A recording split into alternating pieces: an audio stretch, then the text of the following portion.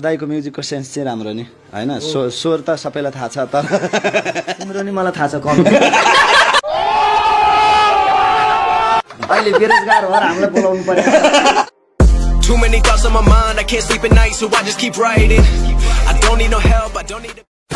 राम्रो सृजना पो गर्ने त हैन भनेर भन्छु फेरि चिप्लिन्छ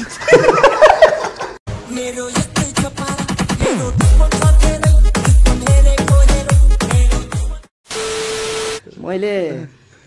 30 मा 32 गुणा ल्याइदिन्छु अब म चाहिँ फेरि खतरा हो के फेरि यहाँ लेखे भने हैन त्यहाँ हेरे पुग्दै के मलाई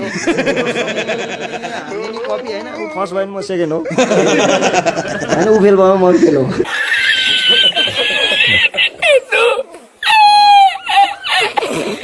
नागरिक नैतिक भन्ने थियो त्यतिखेर 30 पूर्णाङ्कको 35 आएछ के कसरी आएछ भन्दाखेरि मैले पहिला जानेको गरेँ त्यसपछि भाद्राङ बुतुङ अरू नजानेको गरेँ हैन फेरि त्यही जानेको रिपिट गर्दै फेरि जान नजाने त्यहाँ त मार्क्स त दिँदै जानु भयो सर नै कन्फ्युज के 35 कति रह्यो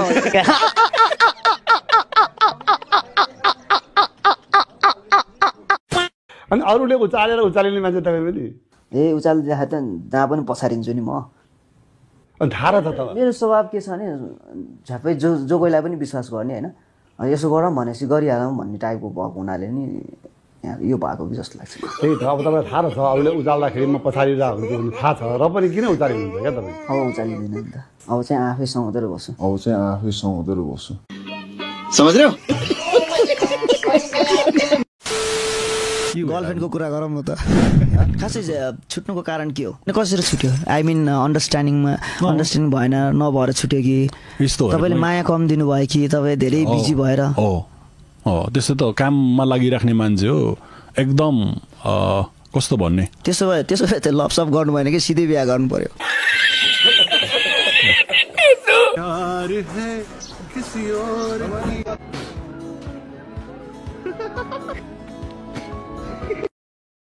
इन्डिया गएको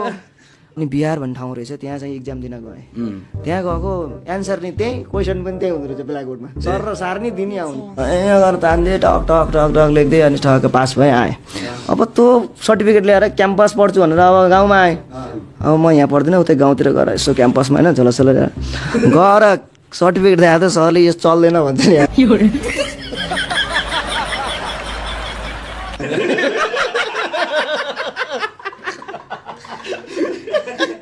यो बिहारको चल्दैन त्यतिर हुन भने किन चल्दैन 10 को झन् 16 हुनु पर्यो यो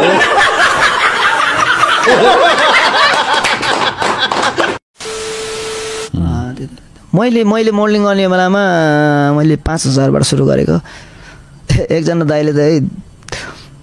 अब नाम नभन्नु एकजना डिरेक्टर हुनुहुन्थ्यो उहाँले के अरे दिस परि सुटिङ बनाउनु भयो होइन बनाउनु भएन अनि त्यसपछि पुरा सुटिङ गरेर नाच्दै आएको थिएँ अब पैसा दिन ल 1000 रुपियाँ दिएछ कसैलाई नभन्नु रे कसलाई भन्नु अब त 1000 अब भनौँ भने त मेरो बेइज्जत हुन्छ नि त होइन मेरो नामै दुर्गा बहादुर हो खास चाहिँ नामलाई ब्रान्ड बनाउनु आदरणीय दाइ बसन्त दाइको ठुलो हात छ कि नत्र भने अहिलेसम्ममा दुर्गा बहादुर आउँदै हुनुहुन्छ स्टेजमा भन्नुहुन्थ्यो होला कि फ्यान फलोइङ कतिको छ हजुरको मेसेजहरू कस्तो आउँछ केटीहरू जस राम्रै गर्नुहुन्छ उहाँले यस्तो गर्नुहोस् तपाईँको गीतहरू राम्रो लाग्छ भन्नुहुन्छ कति मेसेज कस्तो आउँछ I love you Sai love you के प्रपोज एउटा सेलिब्रिटी हो त्यस्तो त अब भन्ने अभियसली आइहाल्नुहुन्छ रिप्लाई चाहिँ मैले आई लभ यु टु भनिदिन्छु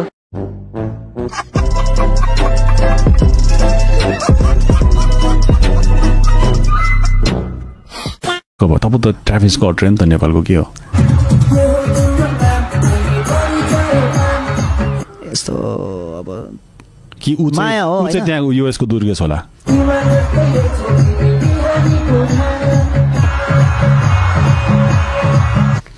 हैन जसरी भए पनि दुश्मन हेरेको हेरे भइरहेछ नि त जो नाचे हजुर दुश्मन को हो कोही न कोही त चाहियो नि पेसमा राख्नलाई नत्र त बेसी रिल्याक्स भइहाल्यो नि हैन हेरे छ अहिले त एकदमै हेरे छ बनाउन खोजेकै हेरे हो अनि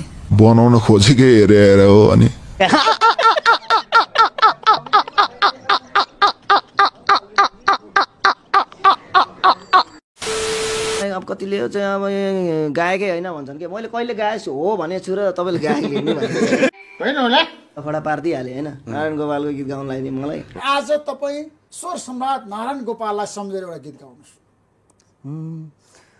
मुटु मुटु जलिरहेछ यो मन गलिरहेछ स्वर त राम्रो छैन नि तपाईँको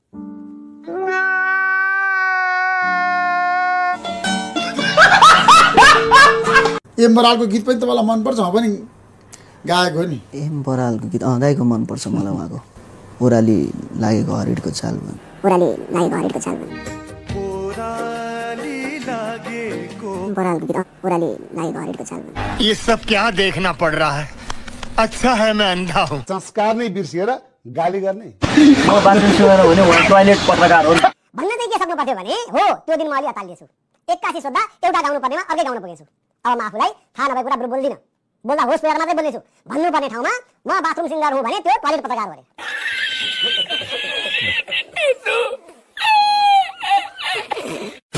अरे यसरी भेटेर गफ गरेको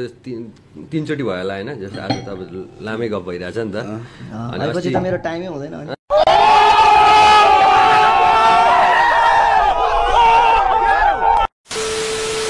एक दिन चाहिँ माखा छोप्दै थियो कि यस्तो माखा छोपिरहेको थिएँ अनि पछाडिबाट यस्तो गरेर तान्दै कि होइन नगरकै साले म्याथ पढाउनु सर कति हिरोनीहरू मसँग भिडियो खेल्नै मान्थेन कि पहिला है मलाई यादै छ होइन त्यो कहाँ दुर्गेशसँग खेलेँ भन्ने पनि हुनुहुन्थ्यो त्यतिखेर चाहिँ अलिक चित्त दुख्दो रहेछ कि हजुर अहिले गीत माग्दै हुनुहुन्छ होला नि त मागेन दिन्न सबैभन्दा धेरै थोरै दिएको त 1000 रुपियाँ हो 1000 रुपियाँबाट सुरु गरेँ मैले 5000 सबैभन्दा हाई डिमान्ड भनेको मेरो थियो 5000 लोकदोरीमा त्यतिखेर अरूले 2000-2500 लिन्थे अनि मेरो चाहिँ 5000 थियो अनि 5000मा चाहिँ मैले मासु किनेर लगेको लेगगाडमा हालेर बसन्त दाईलाई खुसी बनाउनलाई होइन मासु ल्याएर आजु दाई भनेर भरे त्यो लेगगाडमा राखेको त्यो कच्चो परेछ क्या त्यो प्लास्टिक अनि मासु ल्याएर दाइले नि पुरा प्याज काटेर बसिरह्यो होइन अब भरे त लेगाडमा मासु नै छैन कता खसेछ क्या त्यो लेगाडमा अब गाडी बाइकमा हिँड्दाखेरि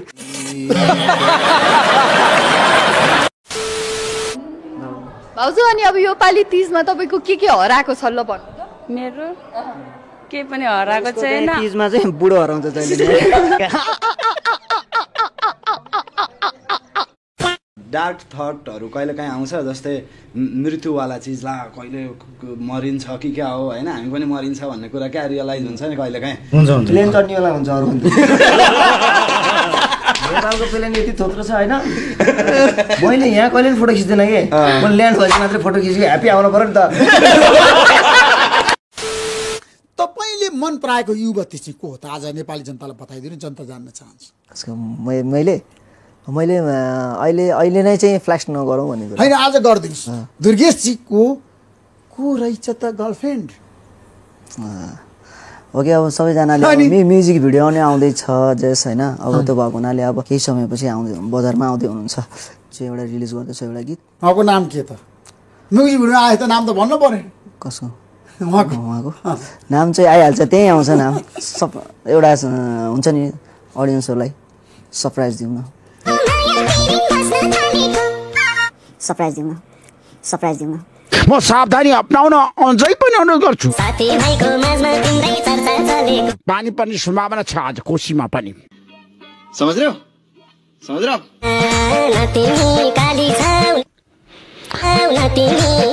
सावधानी अपनाउनै पर्छ सचेत रहनै पर्छ तुमसे ना हो पाएगा